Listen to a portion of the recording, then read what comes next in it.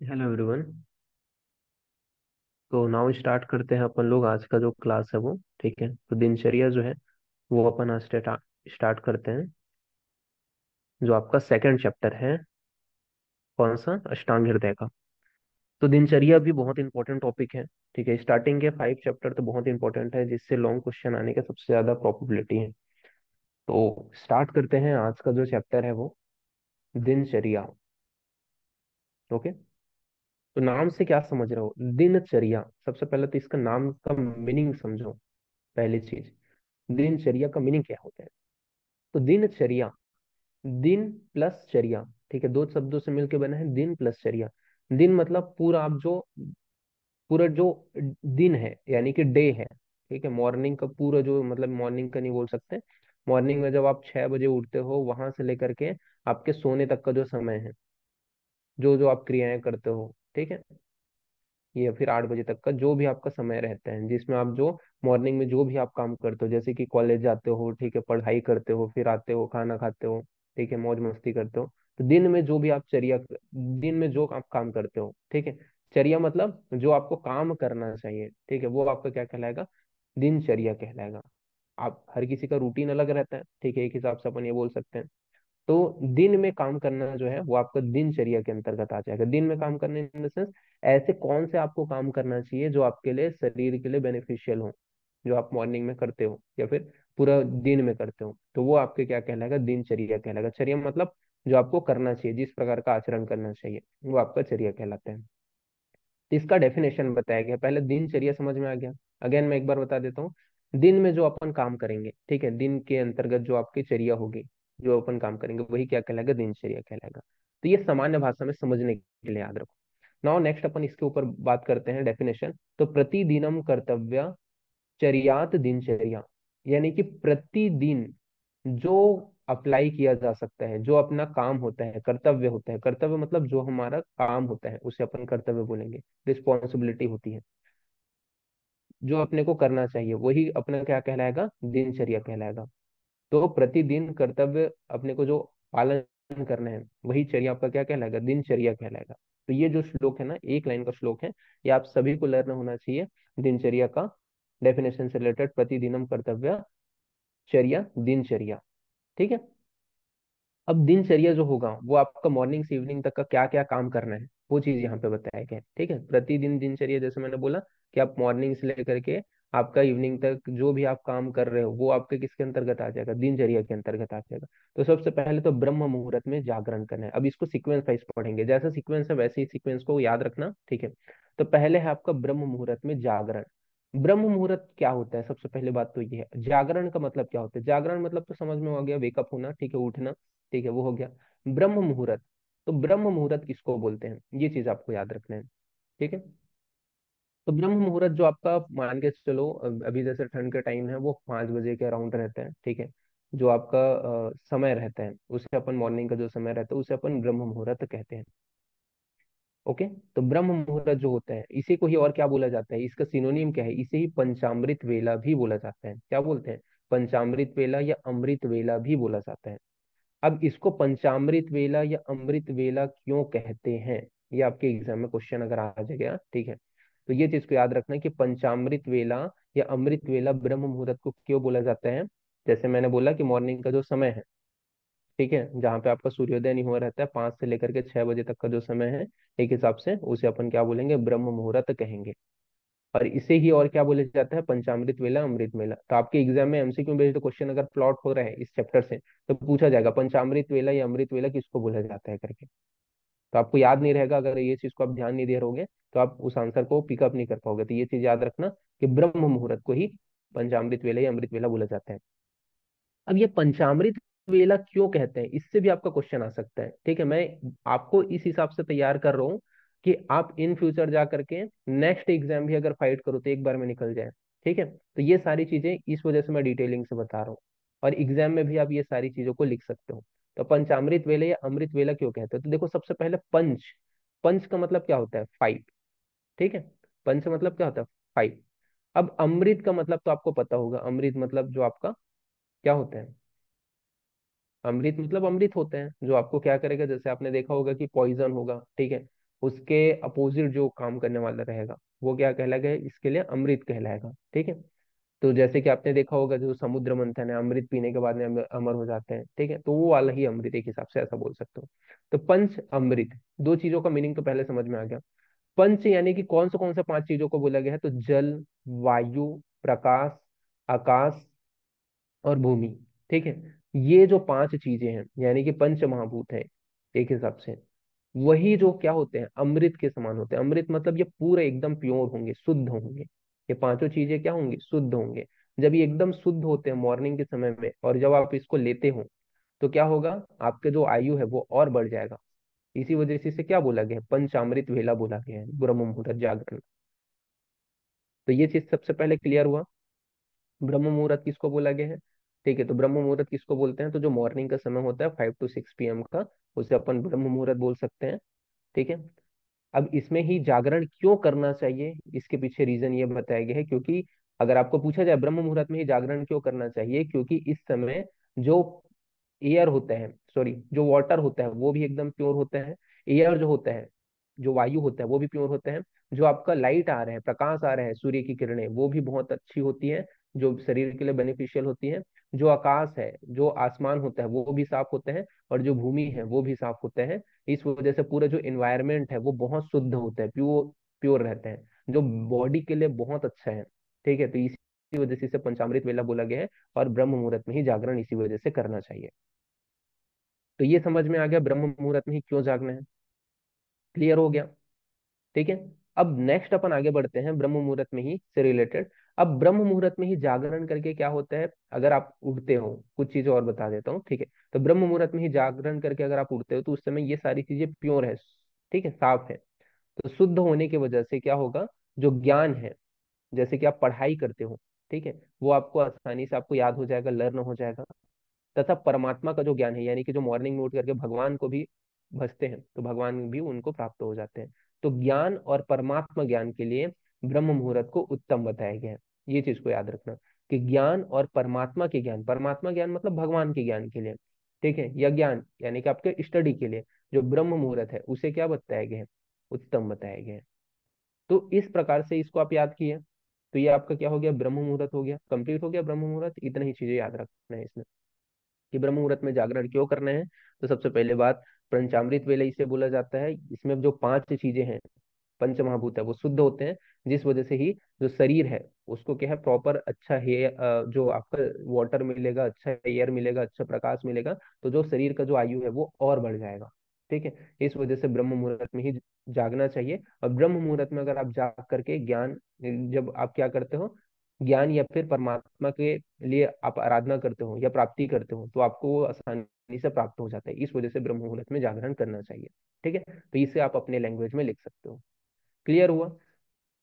Now next अपन आगे बढ़ते हैं।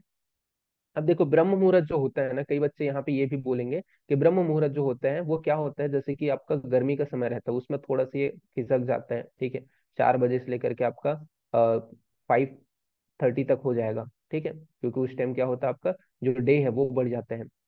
और अभी जैसे ठंड का समय चल रहा है तो उसमें आपका वो 5 to 6 ही रहता है। ठीक है, तो वो थोड़ा बहुत इसका आधा एक घंटा ऊपर नीचे होता रहता है, उसका कोई दिक्कत वाली बात नहीं है। आप एक जो मैंने एक्यूरेट बताया 5 to 6 PM, वो आपका फिक्स रहता है। फिर इसके बाद में बात करते हैं, अब ब्रह्म मुहूर्त में तो उड़ गए।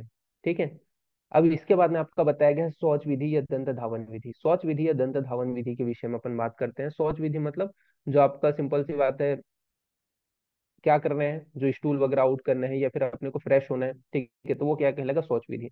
दंत धावन विधि मतलब आपको ब्रश करना है। तो ये कब स्टार्ट करोगे, तो सबसे पहले बात तो जीर्ण और अजीर्ण का ज्ञान होने के बाद। अब जीर्ण किसको बोलते हैं, अजीर्ण किसको बोलते हैं। ठीक है, जीर्ण मतलब जब क्या हो जाता है, आपने जो नाइट में भोजन किया था वो जब पक जाता है, उसका डाइजेशन प्रॉपर हो जाता है, तो उसे अपन क्या बोलेंगे, जीर्ण बोलेंगे। अजीर्ण किसको बोलेंगे, तो अजीर्ण अर्थात आपने नाइट में भोजन किया था और आपका जो भोजन है वो डाइजेस्ट नहीं हुए हैं, यानी कि अपक्व अवस्था में है, तो उसे अपन अजीर्ण बोलेंगे। तो सबसे पहले बात, ब्रह्म मुहूर्त में उठने के पश्चात अपने को जीर्ण और अजीर्ण का ज्ञान होना चाहिए। अगर आपका भोजन हो गया है, आपको कैसे पता चलेगा डाइजेशन हो गया है? तो आपके शरीर में क्या है, लाइटनेस आपको फील होगा, ठीक है, डाइजेशन होने के बाद में प्रॉपर, ठीक है, भारीपन फील नहीं होगा। तो ये सभी चीजें फील होगी तो आप बोलोगे कि हाँ, जीर्ण हो गया, आपका जो भोजन है वो पक्व हो गया है। अब आप उठ करके बाकी काम करोगे, जैसे कि शौच विधान हो गया, या फिर ब्रश वगैरह करना, दंत धावन करना, ये सभी करोगे। लेकिन अगर अजीर्ण अवस्था है तो उस कंडीशन में क्या करोगे? अपक्व अवस्था है तो वापस सो जाना है, उठना नहीं है, ठीक है। ये आपका यहाँ पे बोला गया है। तो अगर जीर्ण अवस्था है तो अपने को क्या है, उठ जाना है और बाकी चीजों को करना है, और अजीर्ण अवस्था में पुनः जो है सो जाना है। ये चीज यहाँ पे बोला गया है। अब यहाँ पे सबसे पहले बात है, ये जो दंत धावन करोगे, ठीक है, शौच विधि कर लिए, ठीक है, पैर वगैरह को अच्छे से पानी वगैरह से धो लिए, शौच विधि के पश्चात अब क्या करेंगे, अपन दंत धावन करेंगे। शौच वगैरह से आ गए, फिर दंत धावन करेंगे। तो दंत धावन में क्या बोला गया है, तो दंत धावन के लिए अपन जो अर्क हो गया, बरगद हो गया, खदीर हो गया, करंज हो गया, अर्जुन हो गया, नीम हो गया तथा बबूल हो गया, इनका प्रयोग करना है। इनका जो शाखा होता है, काष्ठ होता है, उसका प्रयोग किया जाता है। तो एग्जाम में क्वेश्चन यहाँ पर से पूछा जाता है, क्या पूछा जाता है कि अष्टांग हृदय के अनुसार कौन से दातौन का प्रयोग किया जाता है करके। इससे एग्जाम में क्वेश्चन पुट अप होते हैं। तो आपको याद रखना है कि अर्क, बरगद, खदीर, करंज, अर्जुन, नीम, इनका जो पेड़ होता है, बबूल, तो इनका जो है अपन प्रयोग करेंगे। अब इनका ही क्यों प्रयोग करते हैं भाई, बाकी दूसरे का क्यों नहीं प्रयोग करते हैं अपन? आपको तो ये नाम ना याद रखना, पूरा नाम याद नहीं है कोई दिक्कत नहीं है, नीम का तो याद रहता है, ठीक है, बबूल भी याद रहेगा, करंज भी याद रहेगा, खदीर भी याद रहेगा। अगर आपको ये चार नाम भी अभी एग्जाम के लिए याद रहता है तो भी चलेगा, पर कोशिश करना कि सभी याद हो, ठीक है। तो इनका अपन प्रयोग करेंगे। अब इनका ही क्यों प्रयोग करते हैं, बाकी का क्यों नहीं प्रयोग करते हैं? तो इसके पीछे इन्होंने रीजन बताया है वांगभट जी ने, कि ये क्या होते हैं, कटु, तिक्त और कसाय रस प्रधान होते हैं। जैसे आप नीम खाते हो, कैसा रहता है, कड़वा, नीम का दातून अभी करके देखना, तो कड़वा होता है। बबूल का कैसा होता है, कसाय होते हैं। करंज का कैसा होता है, ठीक है, तो वो आपको देखने को मिलेगा। तो इस प्रकार का जो आपको जो रस है वो आपको देखने को मिलेगा, ठीक है, उसका जो टेस्ट है वैसा होता है। तो ये जो कटु, तिक्त, कसाय रस होते हैं, इसी वजह से इनका ही अपन दातून करेंगे। अब ये क्या करते हैं, ये कटु, तिक्त, कसाय रस क्या होते हैं, जो भी मैल भरा होता है दांतों में या जो दुर्गंध होता है उसको नष्ट करने का काम करते हैं। इसी वजह से अपन कटु, तिक्त, कसाय रस जो दातून है उसी का ही प्रयोग करेंगे। ये यहाँ पे आपका बताया गया। अब ये जो दातून प्रयोग कर रहे हो भाई, इसका एक निश्चित प्रमाण भी बताया है, ठीक है। जैसे आप ब्रश करते हो तो बहुत मोटा ब्रश नहीं करते हो, ठीक है, एक निश्चित प्रमाण का रहता है, वो निश्चित साइज का रहता है, ठीक है, प्रमाण मतलब साइज का रहता है, तो वही अपन प्रयोग करेंगे। तो कितने प्रमाण का प्रयोग करना है, कितने साइज का अपने को जो दातुन है वो प्रयोग करने हैं, तो यहाँ पे बोला गया है कि वृक्ष की कनिष्ठा उंगली की जितनी मोटी। तो कनिष्ठा उंगली की जितनी मोटी किसको बोलेंगे? कनिष्ठा उंगली की जितनी मोटी किसको बोलेंगे? तो ये जो है कनिष्ठा उंगली कहलाती है, ठीक है। ये क्या कहलाती है, कनिष्ठा उंगली कहलाती है। और ये थम है, ठीक है, अंगुष्ठ है, तो ये कनिष्ठा उंगली इसके बराबर मोटी, इतनी मोटी होनी चाहिए जितनी ये कनिष्ठ उंगली, उतनी मोटी होनी चाहिए। तथा 12 अंगुल लंबी होनी चाहिए। 12 अंगुल लंबी यानी कि ये आप यहाँ से यहाँ तक जब एक बीता नापते हो, ठीक है, इस प्रकार से आपका अंगुल प्रमाण होता है। अंगुल प्रमाण आप ऑलरेडी पढ़ चुके होंगे, किसके अंतर्गत, एनाटॉमी के अंतर्गत, ठीक है। तो खुद की उंगली के प्रमाण का 12 अंगुल लंबी होनी चाहिए, ठीक है। मतलब ये जो दातून का जो साइज है वो कितना होना चाहिए, ये जो है आपका 12 अंगुल होना चाहिए, यहाँ से यहाँ तक का जो साइज है उतना लंबा लेना है। फिर क्या है, ठंडियों के दिनों में सुकोष्ण जल से, तो अपन ठंडी के जो दिन है, जैसे आपका ठंड का समय चल रहा है, तो सुकोष्ण जल का मतलब क्या समझते हो, तो हल्का गर्म जल, कुनकुना जल उसको बोलते हैं। तथा बाकी दिनों में ठंडे जल से अपने को क्या करना है, दंत धावन करना है। मतलब दांतों का अपन यूज कर रहे हैं, तो माउथ वगैरह धोने के लिए अपन जो जल यूज करेंगे वो सुकोष्ण होना चाहिए। तब बाकी जो दिन है वो ठंड के समय में बोला गया है कि कुनकुना पानी लेना है, बाकी दिनों में अपन ठंडा जल ही यूज करेंगे। तो ये किसके लिए बताया गया है, दंत धावन के लिए बताया गया है। क्लियर हुआ? तो ये एक एक पॉइंट यहाँ पर से क्वेश्चन आएगा। एमसीक्यू ज्यादा चांसेस है, ठीक है, तो ये चीज को याद रखना। और फ्यूचर में भी इसमें से क्वेश्चन आएगा। अगर आप इन फ्यूचर जा करके जैसे नेक्स्ट एग्जाम तो दोगे ही दोगे, तो 101% इससे क्वेश्चन पुट अप होगा ही होगा। तो ये चीज को अच्छे से याद रखना कि कौन सा दातुन यूज कर रहे हैं, उसका रस क्या है, उसका प्रमाण कितना बताया गया है, कि कनिष्ठ उंगली के बराबर मोटी होनी चाहिए, ठीक है, मोटी होनी चाहिए। यानी कि ये जो, जैसे कि ये दातून है, ठीक है, तो इसकी जो मोटाई है, ये वाली जो मोटाई है, ठीक है, वो आपका जो है कनिष्ठ उंगली के बराबर होनी चाहिए, जैसे मैंने पिक्चर में दिखाया था। और जो लंबाई है यहाँ से यहाँ तक का जो लेंथ है वो 12 अंगुल होना चाहिए, ठीक है। और कौन से जल का प्रयोग कर रहे हैं, तो ये क्लियर हो गया। अब नेक्स्ट चीज के ऊपर अपन आते हैं, इसके बाद में है अंजन कर्म।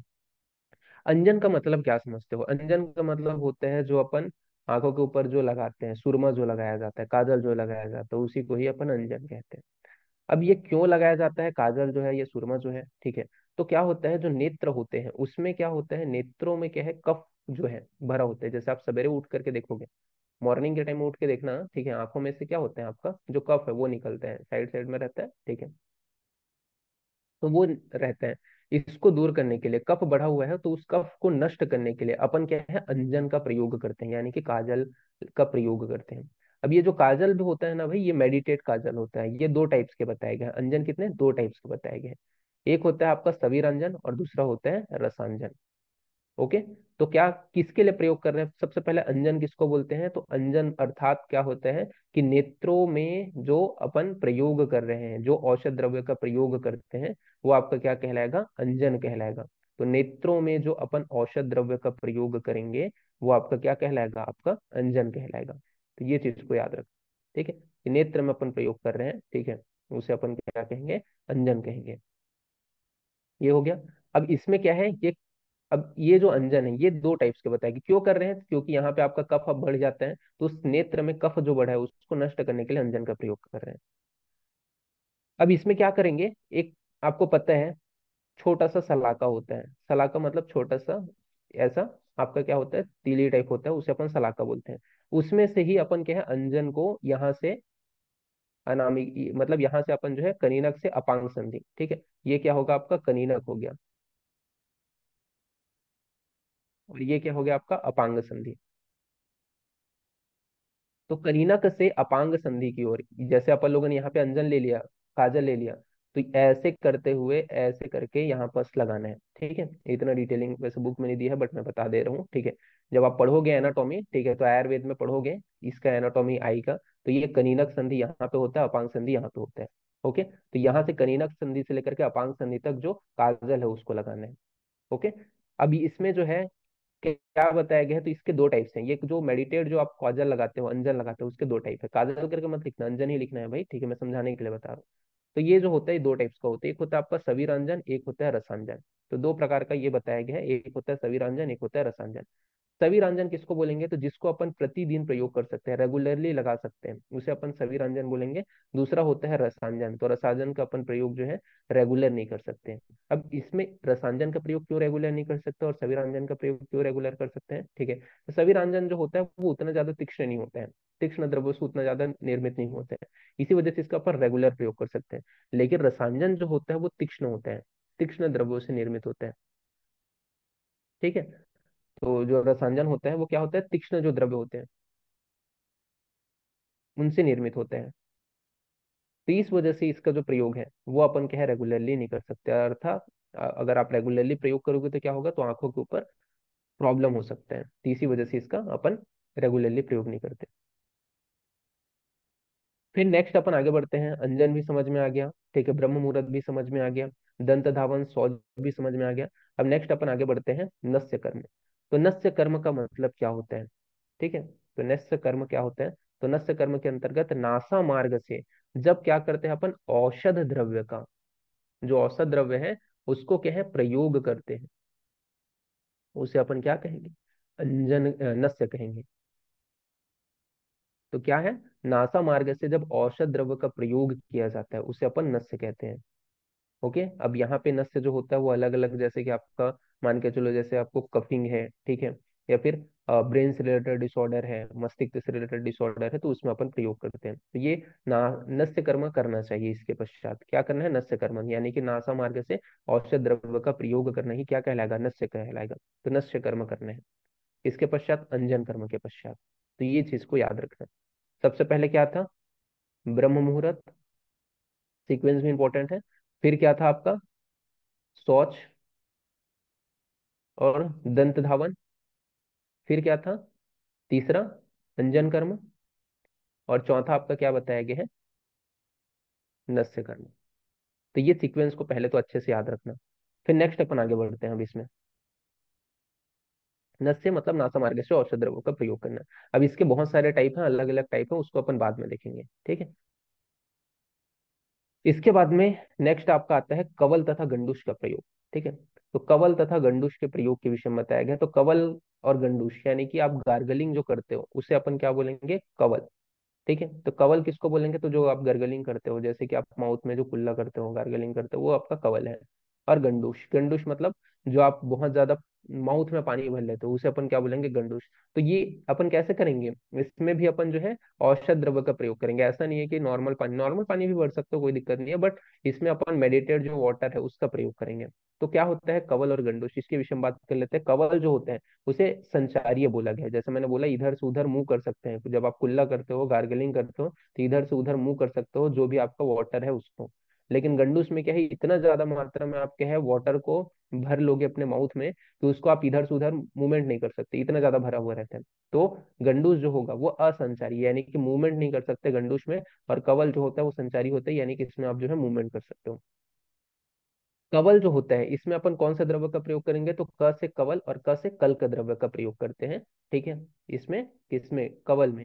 जबकि जो गंडूश होता है उसमें स्नेह द्रव्य का प्रयोग किया जाता है। जो आपके घृत तल व समझ है, इस प्रकार के जो द्रव्य है उसको गंडूश में प्रयोग किया जाता है। स्नेहन जो करे शरीर का वो अपन द्रव्य प्रयोग करेंगे। जबकि कवल में कल का जो द्रव्य होते हैं उसका प्रयोग करेंगे। ठीक है, जो कल को होते हैं जैसे कि आपका होते हैं ना छोटे जो वाटर से रिलेटेड जो कंटेंट है, एक हिसाब से ऐसा बोल सकते हो, तो उसका अपन प्रयोग करेंगे। अब कवल क्या होता है, ये कारण करते हो आप, गार्गलिंग किस वजह से करते हो, तो क्या है माउथ को साफ रखने के लिए, मुख को रोग को दूर रखने के लिए। तो मुख रोग में अपन क्या करेंगे, कवल करेंगे, गार्गलिंग करेंगे। और गंडूस भी क्या है, मुख रोगों में ही किया जाता है। तो ये क्या हो गया, कवल और गंडूस क्लियर हुआ, कि किसको बोलते हैं कवल, किसको बोलते हैं गंडूस। इतना ही आपको इसमें ध्यान रखना है। ठीक है, जिसका अमाउंट वगैरह भी बताया गया है कि कितना अमाउंट में करना है ऐसा करके, बट बेसिक चीजों को बस यहाँ पे आपको ध्यान देना है। नाउ नेक्स्ट अपन आगे बढ़ते हैं, बात करते हैं धूम्रपान के विषय में। इसके पश्चात क्या होता है, आपने कवल गंडूस कर लिया, उसके पश्चात नेक्स्ट जो स्टेप होता है वो होता है आपका धूम्रपान। तो धूम्रपान में क्या होता है, जो सुगंधित जो औषधियां होती हैं उनसे ही क्या बनाना है आपको, धूमपान करना है। धूमपान मतलब जो धुआं है उसको क्या करना है, लेना है, सुगंधित जो औषध है उसका ही प्रयोग करके। तो इसमें अपन क्या करते हैं, अपन मुख से जो है, जो धूमवर्ती होता है, इस प्रकार का आपका धूमवर्ती होता है। ठीक है, तो इसमें क्या करेंगे, अपन औषध द्रव्य को पूरा फिलअप कर देंगे, इधर से उसके बाद में आग लगाएंगे और इधर से अपने को क्या है माउथ से उसको खींचना रहता है। तो इस प्रकार से क्या है धूमपान करना रहता है। तो इसमें सुगंधित जो द्रव्य है, औषध है, उसका ही प्रयोग करेंगे। ओके, तो ये चीज यहाँ पे आपका बताया गया कि इसमें धूमपान में, तो ये चीज धूमपान हो गया, इसके अंदर धूमपान हो गया। फिर नेक्स्ट है आपका तांबुल सेवन। तांबुल मतलब जब आप पान खाते हो एक हिसाब से, उसको अपन क्या बोलेंगे, तांबुल बोलेंगे। ठीक है, तो इसमें आपका बताया गया तांबुल सेवन क्यों किया जाता है। तो तांबुल का मतलब पहले क्या होता है, तो तांबुल प्रयोग क्यों कर रहे हैं ये आपको देख लेते हैं। तो मुख की दुर्गंधता को दूर करने के लिए तथा भोजन में रुचि पैदा करने के लिए, जो माउथ है उसके जो दुर्गंधता है उसको दूर करने के लिए, जो आपका भोजन है उसके, और जो है रुचि पैदा करने के लिए कि आप ज्यादा खाना खा सको। हृदय को बल प्रदान करने के लिए, हार्ट को बल प्रदान करने के लिए क्या प्रयोग किया जाता है, तांबुल सेवन किया जाता है। अब तांबुल सेवन में कैसे बनाएंगे अपन, जो तांबुल बनाएंगे, जो पान वगैरह रहता है वो कैसे बनाएंगे।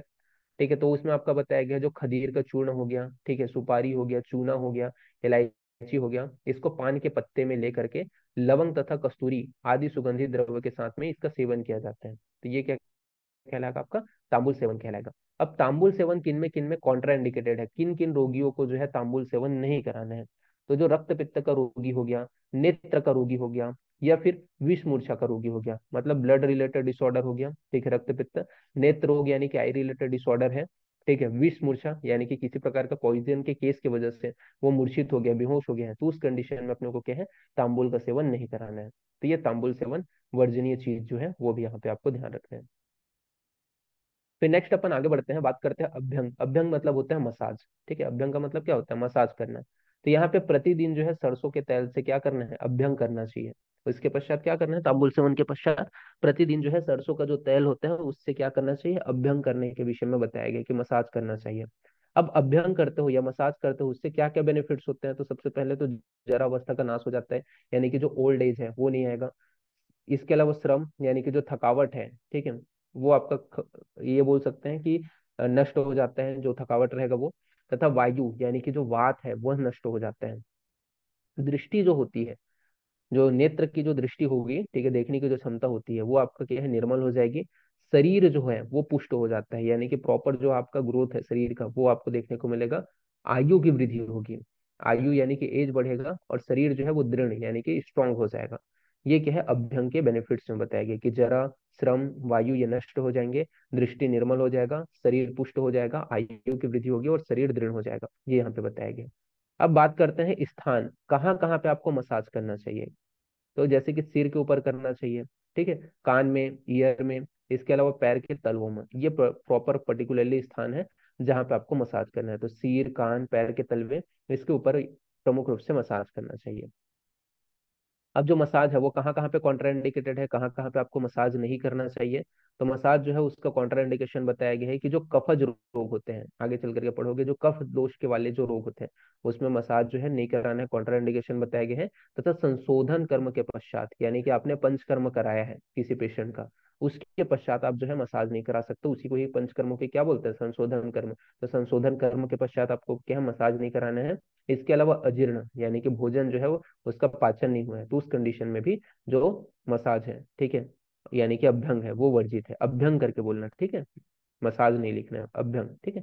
फिर इसके बाद में इसमें नोट पॉइंट यहाँ पे बताया गया है कि वातग्न, वातनाशक, सुगंधित तैल का अपने को प्रयोग करना है। अब वातनाशक जो सुगंधित तैल है उसका प्रयोग करने से क्या होगा, जैसे कि आप सिर के पास जब आप मसाज करते हो तो क्या होता है, जो आपका हेयर है, बाल है, वो मजबूत हो जाते हैं, स्ट्रांग हो जाते हैं।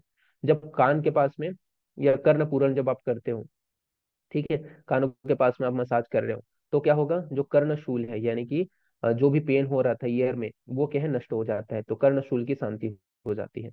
इसके अलावा पैर के तलवों में, ठीक है, जो पैर है उसके तलवों में जब आप मसाज करते हो तो जो जकड़ाहट है, जो स्टिफनेस है वो दूर हो जाता है, तथा अच्छा नींद आता है। तो ये यहाँ पे आपका बताया गया है। ओके, क्लियर हुआ। नेक्स्ट अपन आगे बढ़ते हैं। अब बात करते हैं इसके अंतर्गत आपका नेक्स्ट बताया गया वो है आपका व्यायाम। तो व्यायाम के विषय में क्या बताया गया है, तो व्यायाम कब तक करना चाहिए। तो क्रिया जो होता है, व्यायाम किसको बोलते हैं, तो ऐसी प्रक्रिया जिससे क्या है, शरीर में थकावट उत्पन्न होता है, उसे अपन क्या बोलेंगे, व्यायाम बोलेंगे। तो शारीरिक वह प्रक्रिया जिसकी वजह से शरीर में थकावट उत्पन्न होता है उसे अपन क्या बोलते हैं, व्यायाम बोलते हैं। तो ये चीज को आपको याद रखना है। तो इसके लाभ क्या है, सबसे पहले बात है एक्सरसाइज जो है, व्यायाम है, उसके क्या क्या बेनिफिट्स हैं। तो क्या होगा, सबसे पहले बात तो शरीर में हल्कापन आएगा, यानी कि लाइटनेस आता है। जो कार्य शक्ति होती है, आपको काम करने का जो कैपेसिटी होता है वो बढ़ता है। जठराग्नि जो है, डाइजेस्टिव फायर है, वो भी बढ़ेगा। मेद जो है, शरीर में जो एक्सेसिव फैट बना जो होता है वो नष्ट हो जाता है एक्सरसाइज करने से। तथा जो मांसपेशियां होती है वो पुष्ट हो जाते हैं, जैसे मसल्स जो है वो प्रॉपर आपके क्या हो जाएंगे, पुष्ट हो जाएंगे। तो ये यहाँ पे आपका बताया गया कि शरीर हल्का हो जाएगा, कार्य शक्ति तथा जठराग्नि बढ़ जाएगी, मेद जो है, एक्स्ट्रा जो फैट है वो नष्ट हो जाएगा, तथा मांसपेशियां पुष्ट हो जाएगी। फिर व्यायाम के अयोग्य बताया गया, किन में जो है व्यायाम कॉन्ट्रा इंडिकेटेड है। तो वात पित्त का जो रोगी होता है उसमें व्यायाम जो है वो कॉन्ट्रा इंडिकेटेड बताया गया है। इसके अलावा बालक हो गया, वृद्ध हो गया, तथा अजीर्ण का जो रोगी है, इन सभी में व्यायाम जो है वो कॉन्ट्रा इंडिकेटेड बताया गया। तो वात पित्त का रोग, बालक, वृद्ध तथा अजीर्ण का जो रोगी होता है उसमें आपका क्या होता है, जो व्यायाम जो है वो नहीं कराना है, ठीक है। ये क्या है, आपका कॉन्ट्रा इंडिकेटेड बताया गया। वृद्ध मतलब जो ओल्ड एज है। फिर मात्रा के विषय में बात करते हैं, कब कितने मात्रा में आपको व्यायाम करना है, एक्सरसाइज करना है, और इसका काल क्या बताया गया है। तो बलवान और स्निग्ध भोजन करने वाला जो पुरुष होता है, ठीक है, उसको शीतकाल में, तो बलवान तथा स्निग्ध भोजन करने वाला जो पुरुष होता है, ठीक है, उसको शीतकाल में व्यायाम करना चाहिए। इसके अलावा वसंत ऋतु में अपनी शक्ति से आधा व अन्य ऋतु में आधी शक्ति से ही कम करना चाहिए। मतलब यहाँ पे आप ध्यान दो, पहला आपका क्या बताया गया है, काल बताया गया। तो काल मतलब जैसे कि शीतल काल है, ठंड का समय है, तो उस समय क्या है, जो बलवान है बहुत ज्यादा, जिसका शरीर बढ़ा हुआ है, स्निग्ध है, ठीक है, शरीर प्रॉपर एकदम अच्छा दिखाई दे रहा है, तो उसको क्या है, शीतल काल में व्यायाम करना है, जो ठंड का समय है उसमें। इसके अलावा वसंत ऋतु में कितना करना है, तो वसंत ऋतु में यहाँ पे आपका बताया गया है कि कितना समय तक आपको करना है। तो जितना आपका शरीर की कैपेसिटी है उससे आधा शक्ति से, अपने पूर्ण शक्ति से आधा जो है वसंत ऋतु में एक्सरसाइज करना चाहिए, व्यायाम करना चाहिए। इसके अलावा वसंत ऋतु को छोड़ करके अन्य ऋतु में आधी शक्ति से भी कम अपने को एक्सरसाइज करना है। तो अन्य ऋतु में क्या है, आधी शक्ति से भी कम जो है एक्सरसाइज करने के विषय में, व्यायाम करने के विषय में यहाँ पे बताया गया है। अब एक्सरसाइज कर लिए, व्यायाम कर लिए, ठीक है, उसके पश्चात क्या करना है, पश्चात कर्म क्या है, इसके बाद में क्या करना है। तो इसके बाद में बोला गया कि व्यायाम करने के उपरांत सारे शरीर का तथा इसका मर्दन करके शरीर को शरीर को हानि ना पहुंचाए। ठीक है, तो ये बोला गया कि व्यायाम करने के पश्चात सारे शरीर का या फिर पर्टिकुलरली जो है सर संपूर्ण जो शरीर है उसका मर्दन करना है। ठीक है, अब क्यों करने हैं मर्दन, मतलब एक हिसाब से मसाज करेंगे, अभ्यंग मतलब भी होता है मसाज। ठीक है, और मर्दन का भी मतलब एक प्रकार का मसाज का ही टाइप है। ठीक है, तो वो करने हैं। वो करने से क्या होता है, तो जो इंजुरी वगैरह है या शरीर को जो है हानि ना पहुंचे, इस वजह से अपने को क्या है, पश्चात कर्म में यह चीज किया जाता है। फिर अति व्यायाम, यानी कि कई लोग करते हैं ना, बहुत ज्यादा एक्सरसाइज कर देते हैं, तो उसके वजह से क्या क्या हानियां हो सकती हैं, क्या क्या प्रॉब्लम्स हो सकते हैं, वो यहाँ पे बताया गया है। तो क्या क्या प्रॉब्लम हो सकता है, तो तृष्णा की उत्पत्ति हो सकती है, यानी कि बहुत ज्यादा प्यास लग सकता है आप एक्सरसाइज करोगे तो। ठीक है, एक्स्ट्रा अति व्यायाम करने से तो तृष्णा लगेगा, प्यास लगेगा। इसके अलावा क्षय रोग हो जाएगा। क्षय रोग मतलब जो आपका किसको बोलते हैं क्षय रोग, तो जो सोत है, ट्यूबरकुलोसिस है, वह उत्पन्न हो सकते हैं। इसके अलावा श्वास मतलब आपका जो श्वास है वो फूल सकता है। ठीक है, तो ये आपको देखने को मिलेगा। रक्त पित्त यानी कि ब्लड रिलेटेड जो डिसऑर्डर है वो हो सकते हैं। क्लम हो सकते हैं। इसके अलावा कफिंग यानी कि कास की उत्पत्ति हो सकते हैं। ज्वर मतलब फीवर की उत्पत्ति हो सकता है। वमन मतलब वोमिटिंग की उत्पत्ति हो सकता है। तो ये यहाँ पे आपका बताएगा, तृष्णा, क्षय रोग, श्वास, कास, रक्तपित्त, क्लम, ज्वर तथा वमन, ये सभी जो है हानियां बताया गया है अगर आप एक्सेसिव व्यायाम कर देते हो तो। फिर नेक्स्ट अपन आगे बढ़ते हैं। उदावर्तन। उदावर्तन मतलब क्या होता है, एक प्रकार का जो रुक्ष द्रव्य होते हैं, ठीक है, उनका शरीर के ऊपर लगाना, वो क्या कहलाएगा, आपका उदावर्तन कहलाएगा। ठीक है, तो उदावर्तन एक प्रकार का जो है अपन क्या करेंगे, जो रुक्ष ड्राई जो द्रव्य है, जैसे कि आपका एक हिसाब से सिंपल से उपटन बोलते हैं, जो पाउडर होता है उसको, उसी प्रकार का ही रहता है। ठीक है, जो चूर्ण वगैरह है या फिर जो है उनको शरीर के ऊपर लगाना ही क्या कहलाएगा, जो रुक्ष द्रव्य है उनको शरीर के ऊपर लगाने उदावर्तन कहलाएगा। अब ये उदावर्तन करते क्यों हैं, तो इससे बेनिफिट्स क्या क्या मिलते हैं, तो बताया गया कि उदावर्तन जो होता है वो कफ को नष्ट कर देते हैं, मेद को नष्ट कर देते हैं, और अंग को दृढ़ बना देते हैं, जो आपके अंग है उसको दृढ़ बना देते हैं, और त्वचा को निखार देता है। इस वजह से जो उदावर्तन है उसे श्रेष्ठ बताया गया। तो कफ का नाश करेगा, मेद का नाश करेगा, अंगों को दृढ़ बना देगा, वह त्वचा को निखारता है। इस वजह से उदावर्तन श्रेष्ठ बताया गया है। फिर स्नान के विषय में बात करते हैं, तो स्नान के विषय में यहाँ पे बताया गया है कि स्नान क्यों करना चाहिए। ठीक है, तो यहाँ पे आप पढ़ोगे आगे चल करके कि स्नान जो है वो करना चाहिए, रेगुलरली स्नान करना चाहिए, यानी कि बाथिंग करना चाहिए, नहाना चाहिए। ठीक है, तो कैसे नहाना चाहिए, तो जैसे कि आपका जो हाथी होता है, जैसे हाथी बहुत सारे पानी में नहाता है, उसी प्रकार से जो व्यक्ति होता है उसे बहुत सारा जो वाटर है उससे नहाना चाहिए। ये यहाँ पे आपका बताया गया है। ठीक है, वो आप देखे होगे, आपके बुक में लिखा है। ठीक है, अब इसके बेनिफिट्स बात करते हैं, तो स्नान क्यों करते हैं, तो स्नान करने की वजह से क्या होता है, जो जठराग्नि है वो वर्धन होती है, यानी कि डाइजेस्टिव फायर बढ़ेगा। इसके अलावा वजी कारक होता है, यानी कि वही है कि जो स्पर्म काउंट है वो बढ़ाएगा। इसके अलावा उत्साहवर्धक होता है। उत्साहवर्धक मतलब वही है कि आप जब, सिंपल सी बात है, फ्रेश होकर के आते हो तो एनर्जी रहता है अलग ही, तो उत्साह को बढ़ाता है। बलवर्धक यानी कि जो बल है शरीर का उसको भी बढ़ाएगा। दहनाशक यानी कि कोई जलन हो रहा है शरीर में, तो आप नहा लेते हो तो वो नष्ट हो जाता है, दह का नाश करता है। कंडू मतलब जो ईचिंग हो रहा है, खुजली वगैरह हो रहा है, तो वो नष्ट कर देता है अगर आप रेगुलर स्नान करते हो तो। साथ ही साथ मलनाशक, यानी कि शरीर के जो मल है उसको नष्ट करने वाला होता है। फिर बोला गया है श्रमहर। श्रमहर मतलब जब आप स्नान करके आते हो तो क्या होता है, जो थकावट है वो भी दूर हो जाता है, तो श्रमहर बताया गया। फिर बोला गया स्वेदहर। स्वेदहर मतलब जो स्वेटिंग है, पसीना है, उसको दूर करने वाला होता है, तो स्वेदहर हो गया। तंद्रानाशक। तंद्रानाशक मतलब एक प्रकार का जो आप अंगड़ाई वगैरह ले रहे हो, ठीक है, उसको क्या बोलते हैं, तंद्रा बोलते हैं। ठीक है, जैसे जब माई लेते हो तो बीच में अंगड़ाई लेते हो ना, ठीक है, तो उसको तंद्रा बोलते हैं, तो उसको भी नष्ट कर देते हैं। फिर पाप नाशक, तो जो भी पाप हुए रहते हैं उनको भी नष्ट करने वाला होता है। तो ये स्नान के बेनिफिट्स में बताए गए हैं।